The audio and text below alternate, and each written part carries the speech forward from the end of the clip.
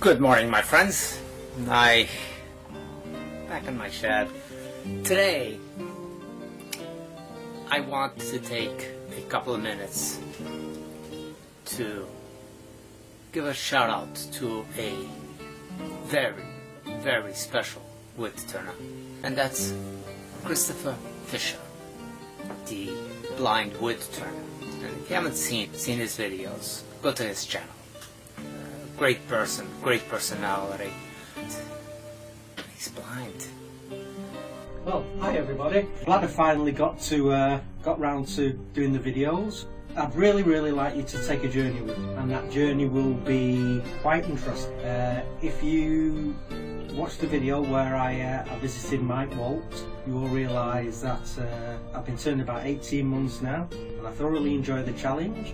I want to try and inspire and motivate people. Now, there's a lot of people out there that have certain disabilities. They might be blind or visually impaired, or they might be in a wheelchair, anything like that. You know the score, guy. Let's not give up. Good morning, my friends. Back in my shed. And yes, I'm going to be playing around with puppetry. I mentioned how I had a crutch. A decent sized crotch that I wanted to try to turn, but like all the other pieces of this puppetry that I've gathered, there's some activity going on it. It doesn't look nearly as bad as what I've had before, but today's video, I want to thank all of my subscribers and every one of you that puts comments on my channel, and I appreciate that. And with those comments I've been getting a lot of good tips, things that maybe I need to do or improve on, and you know, and that's the beauty of having you people, you guys, ladies, comment on the videos. Now Christopher,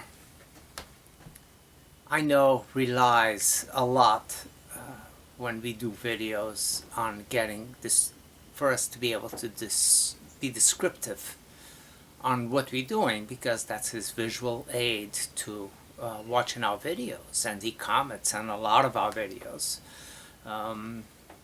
with the help of his wife, and yeah, you know, and he poses some questions. Well, I'm gonna say he posed a question upon me that I had no idea on how to answer. I don't know how to describe certain things that I'm doing in a way that gives you a good visual. I like most of you, rely on what I'm looking at, and that's the translation of a lot of what happens. Anyway, I talked about the puppetry having a rather strong odor. And Christopher asked me if I could describe what that odor was.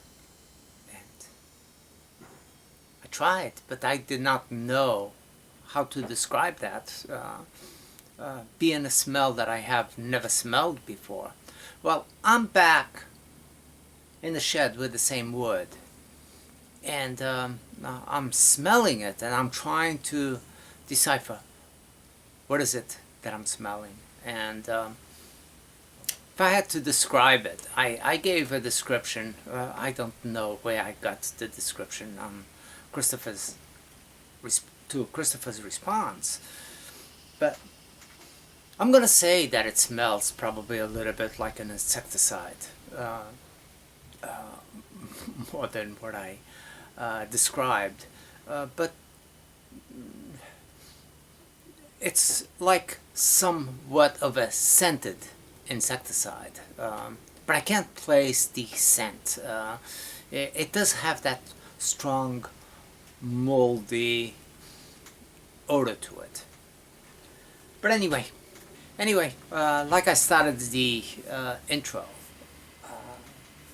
this video is going to be me turning a piece of that crotch. Now I split it up in half on a bandsaw, and let me bring you in. Anyway, I put this on my I got it on my spur drive and between centers on my live center. And I got the face, this plane right here, fairly true. So when I face this, I'm not going much deeper than what I got here. I will end up going a little bit deeper because I will clean this up. From the back side, I'm going to start rounding this off. And I know what's going to happen is by the time I hit this top plane over here, this being fairly short here and here, by the time I turn that and I'm close to this top plane, unfortunately, I'm also removing a lot of this wing over here. And I wanted to see if I could maintain as much of this wing as I possibly could. So one thing that I'm thinking of doing to achieve that, and not just come up and round the bowl over, because if I do that, then guaranteed that I will end up with a circle from here, going like this, and eliminating all of this. And I don't want to eliminate that. I want to incorporate this wing as part of the bowl. So what the bowl is going to do, it's going to, of course, be a round bottom, but I will flare out the outside edge and not come up. I will go very parallel to the face of it and create somewhat of a platter type finish on this end with, of course, it will end up with these square cuts, because again, as soon as I try to cut these square cuts, I'm gonna end up going right back down to cutting this wing again. So it's a sacrifice that I have to make, a decision that I have to make as to what I think is important on this particular turning. And what I think is important on this particular turning is this figure that goes through this crotch area, even if I have these flat cuts.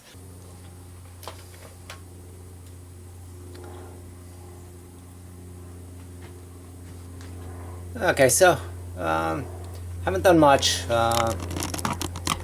Basically just started going in there.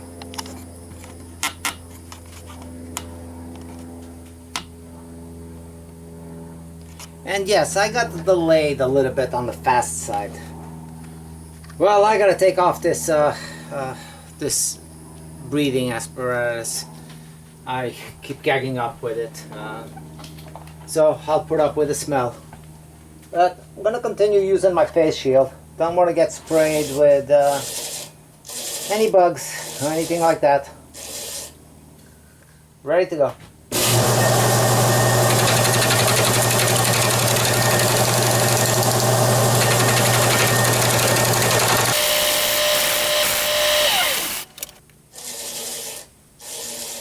This is going to have some beautiful colorations, and hopefully I can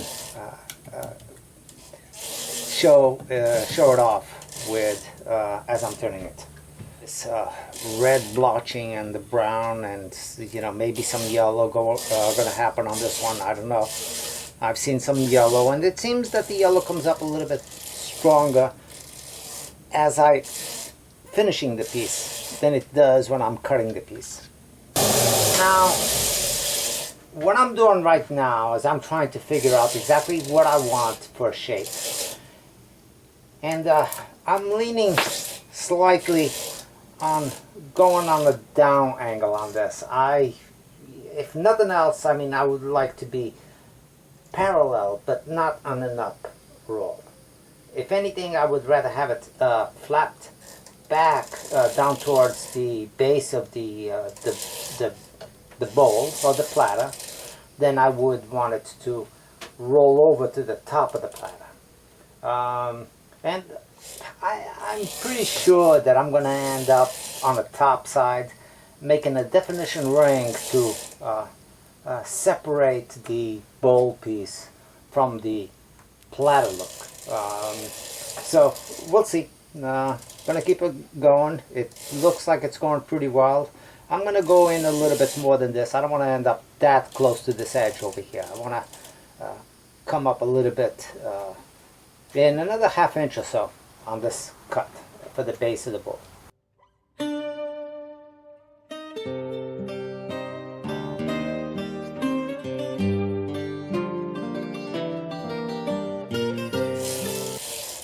Now this is going to have some pretty decent voids going through here. You can see, I don't know what's going to happen on this one. It's going to interrupt this edge unless I decide that's as deep as I want to go with this and work it, this part from the top down. And I might do that because if I cut into this section here, which I have a huge void going through here all the way up to the top, it's going to split up this piece, and if it splits up this piece, it will break the, I don't mind having a hole going through here, but I don't want this hole to be an interrupting factor of the lines that I got going through the piece itself. Well, don't know if you can see this, but I got the yellows coming up, going between this brown and the red. There's a yellow streak going through there, a blotch over here on this area, as well as close to the base over here. There's quite a bit of yellow going through here. So this is really going to be a pretty piece. Now in design, I'm looking over here and I'm looking at this bark. And what's that bark doing? I know I can't leave it like this because I still have to make a foot on this, or a tenon, whatever it is that I want to use to mount this up. The bark, of course, will be a weak point if I try to maintain it for any type of a grip that I do on here. But if I take it all off, I'm going to be bringing this quite a bit in, more than what I probably want. Now, I like this effect. I'd love to be able to say, okay, I'm going to keep that. And there's a possibility that I still could do that, but gripping this would be a real problem for me, to be able to turn the underside. I would be able to do it while I would be in between centers, but once I remove the center, I have no way of holding it the way it is on this base right now. So I have to work that and see exactly how much I want to get rid of, if I want to get rid of any of it that comes up over here. The other thing that I'm looking at is kind of a design factor, and that is that I got square edges in 3 of these sides, and of course I have bark going through the outside of this, which will maintain. So I would like to introduce a little bit of the bark to the base as well. So my thinking is that, of course, I will have to true this up, get a little bit deeper here to create a tenon. Of course, be able to tell a lot better once I get it rolling. Now I'm not going to go right away in here and just start truing this up.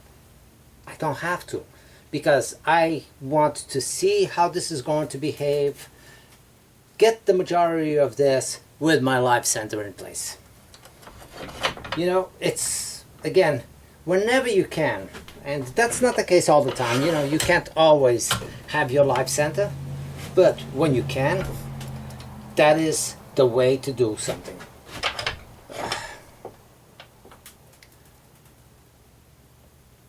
Now, I put my tool rest in a little bit deep into my work, because I want the majority of the banging or anything like that to kind of hit in the middle of my tool rest and not at the end. You know, you can see that this tool rest is a little bit on the thin side. It's the original from the Atlas, but it's not beefy per se. I don't doubt its steel on its strength and stability, but still, I try to work it close to the middle. So when I'm doing that, I know that I'm riding a little bit lower because I'm underneath, basically going in there underneath the shaft from my live center, from my tailstock. So it drops it down a little bit. But in general, when I'm doing this and I'm coming up with my tool is pretty close to center again anyway. So here's the first thing that I'm going to do is I'm going to start truing this up a little bit, get it to a true point, and then establish somewhat of a ring going through here that matches up this backside, and then flatten up the rest of this, then remove my live center and gouge out to the middle. I might work a little bit in the middle with that still in there, but probably not very likely. Now, I want to maintain this bark. And to maintain the bark, you know, CA goes a long ways assisting you on that. And so, if you got a piece that's flapping over a little bit, apply a little bit of CA before you start cutting it all up, and see if there's any problematic areas. Now, one good thing to do as well is by saturating, and I do that sometimes, but with thin CA, saturating the whole bark area. And on this case, because I want to maintain it, I mean, this will look funny if I lose the bark on this. So I'm going to saturate this bottom edge, which is the edge that I know is going to stay. And when I say saturate, I'm not using a lot. The CA spreads pretty quickly. I'm just applying enough. Well, right now I want to make a little buffing pad for when I'm working. And basically I got a nice soft piece of cotton wool over here. And I got an old disc that I don't use. I cut this one down to give me a little bit more room, but I'm actually going to use one that is not cut down. I'm going to use the full shape of it, but it's got a bolt going through it. So I'm going to loosen up the bolt, put this through the rag, puncture it, pulling it up into the middle like that, and use it as a buffing wheel of some sort. If I need to put a washer in the middle, I will, but I don't know if I will.